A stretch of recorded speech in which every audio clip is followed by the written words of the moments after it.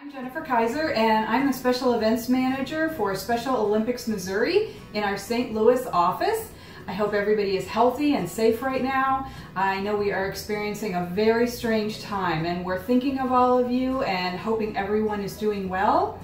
Everybody's really stuck at home right now for the most part, and so I thought I would show you a nice little craft today that you can do with probably things that you can have at home, that you have at your own house right now, or things that you can use at home. I'll talk about some modifications for things if you don't have specifically what I have here.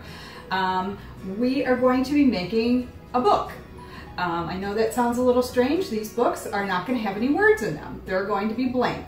You can make them with lined paper or blank copy paper. There's lots of uses for these. You can use them to collect recipes in, to use as a journal, if you collect quotes. If you're an artist, use them as a sketchbook. They're great for gifts. They're great for Mother's Day or for friends who journal or who draw. So it's really, there's a whole lot of uses for these, and they're very versatile. So I'm going to show you a couple examples of things that I have done in the past. We're going to do a very simple book today to start. I'm hoping to make further videos. We'll get a little more complicated as we go along. But I will show you a few examples.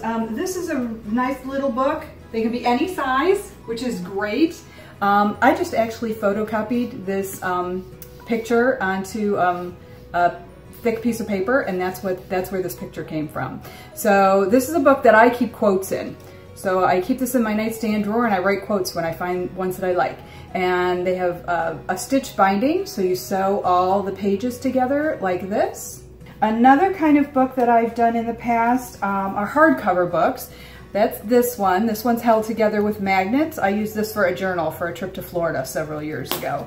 And the really cool thing about this one is the very fancy binding. I wanted it to kind of look like the ocean, so I picked blues and kind of sea glass looking beads for this one. This one, I've also worked in leather before, so this is a leather journal. Closes with a snap, and it has mostly white pages, but I added a few colored pages in there just to make it a little fancier, and then this has a very fancy stitch binding. This, you might not believe it, but this is actually a book as well. And I'm going to save this for the end. I'll show you what's inside when we're done making our book. So this is really elaborate, and it's really kind of impractical to use, but it was just a fun thing to make. So that's why I have this. So today we're going to make a very simple book like this. We're going to use ribbon to bind the book. I used a little accent paper. I picked a cover and a back cover page in purple. So you can pick any color, any pattern. One of my favorite things to do is shop in the paper aisle in Michael's. So that's where I get a lot of my papers from.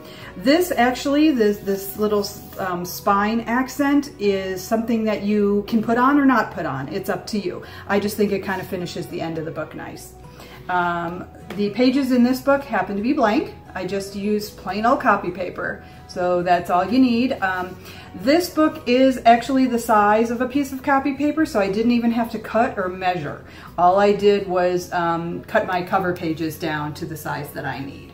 So I'm going to show you how to make this book today, but we're going to make it with notebook paper, because the great thing about notebook paper is it already has the holes punched in it.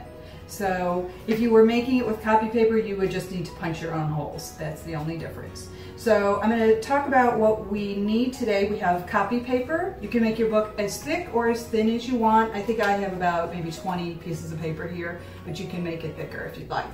And then you need 2 pieces of paper for the front cover and the back cover. And then you need a fancy little coordinating paper for the spine accent that we used on this. We're going to bind the book with ribbon. You can actually use anything for binding a book. You can use thread, you can use ribbon, you can use twine, you can use, you can even use twist ties if you want. You can really use anything that will hold the book, go through the holes and hold the book together. Pair of scissors, a hole punch for the covers, and you can even use this kind of hole punch if you have it at home. If you have to cut your paper, if you want a smaller book, you can cut them by hand, or one of these little handy cutting boards is always nice. It's not necessary, but if you have one, they're great. And then I have a glue stick too. I'm going to show you a little accent that we're going to do with the book at the end. And if you have a needle, you can use a needle for sewing. I'm going to show you a way to do it without using a needle, but because I have one, I just laid it out here to remind you that you can also use that. So the first thing we're going to do is make a sandwich. We're going to lay down the back cover first. We're going to put our other pages in the middle, and then we're going to lay down the cover on top of that. And then just kind of line it all up so all of your holes are lined up so you can see through them. And then this piece of paper, all I did with this, you can make this any size you want. I just chose, I think this is probably about 2 inches, so I made it 4 inches total, so you have 2 inches on the front and 2 inches on the back, and then fold it in half, and then we're going to line it up like this. Now, one of the easiest ways to punch holes in your covers is to do this. I should have shown this to you first. Okay, so put all of your pages together like this. Line them all up so they're all even on the bottom. And you just need one piece of notebook paper like this. Line them all up, and then just take your hole punch and punch them in all 3 places. That's the easiest way to do it. And then you know that all of your holes are exactly the same place. So we'll remake my sandwich here.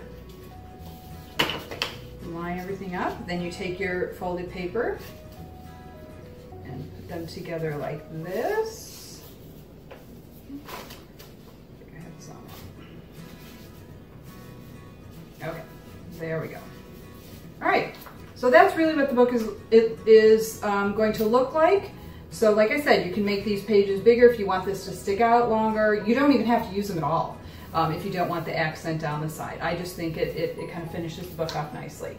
So I have some blue ribbon that coordinates with the book that I'm making.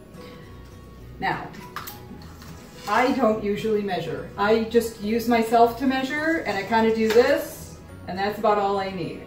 So you can measure if you'd like. It's somewhere around 4 feet, but you know, you can kind of just guess.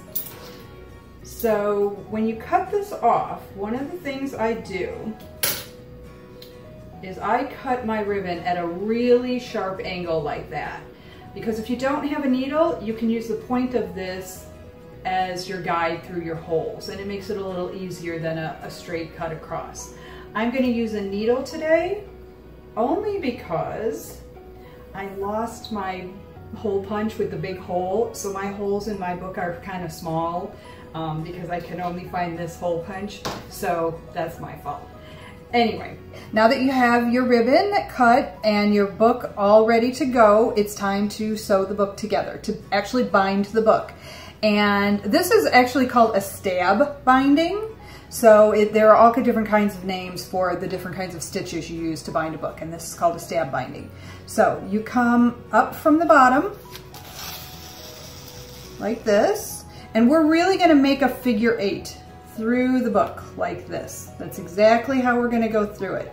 So that's an easier way to think about it if you get confused about where to go next. So you come up through the bottom, and then you go, or come up through the middle, I'm sorry, come up through the middle, and then you go down through the bottom hole.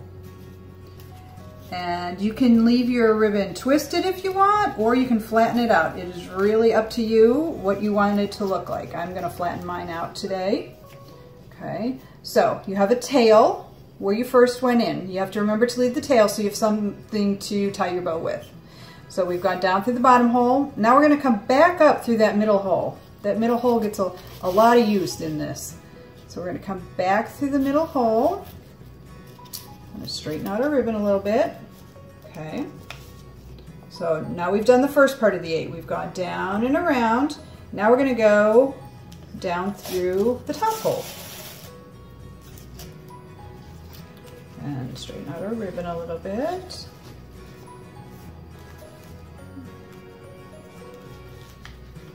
Okay, so our ribbon is flat.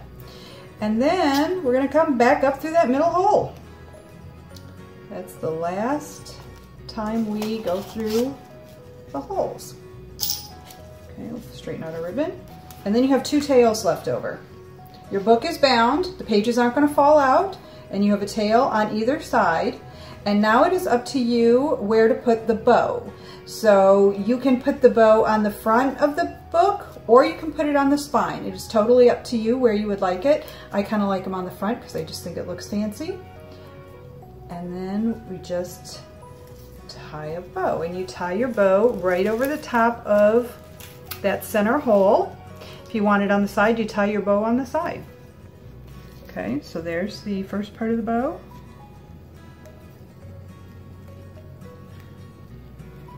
And then we tie the actual bow. Kind of adjust your ribbons the way you like them. Okay. I usually tie a double knot in my bows just to make sure that my book does not come apart. So tie the loops back together again for your double knot and fluff them back up. So now you have a tail here and a tail here. Every single time I do this, I always end up with a tail, one tail too long. So all you have to do is cut that tail off, kind of fluff everything up the way you like it, and you have a book. Your book is done. You have a beautiful book. You can use it for yourself. You can give it away as a gift. There are so many different things you can do with this book, like I said before. For you ELP students or anyone who is on a Special Olympics committee, these are great for taking notes. And I am going to add a little embellishment to this just to show you how one of the ways you can personalize this. I just cut 2 squares, one from the cover paper and one from the accent paper. So all I'm going to do is take a glue stick, put a little glue on the back of this, and put it in the center of this so it makes a little frame around the page. Bunch of glue on here. If you don't have fancy paper like this at home, construction paper works. Any plain paper you have at home. I'm going to put this right on the cover of my book. This way you can put someone's name on here, you can put your name on here, you can write happy birthday, you can pick a quote that you really like. It's just one of the ways to personalize these books. So you can also do drawings on the front if you would like. There are a million different things you can do to personalize this. So there's your book. Okay, now that you have made your fancy books, I am going to show you what this crazy book looks like. So this comes apart like this, has a little lid. The sides all open up. Turn it around. And it looks like that inside. So all the binding is down the side this way and this way. And then to open this book, you pull it apart like that. So really impractical. Probably couldn't use this to take notes in your ELPS class, but it's just something pretty that I made and it looks nice sitting on the shelf. So thanks for joining me today, and I hope to see you again soon. Stay safe.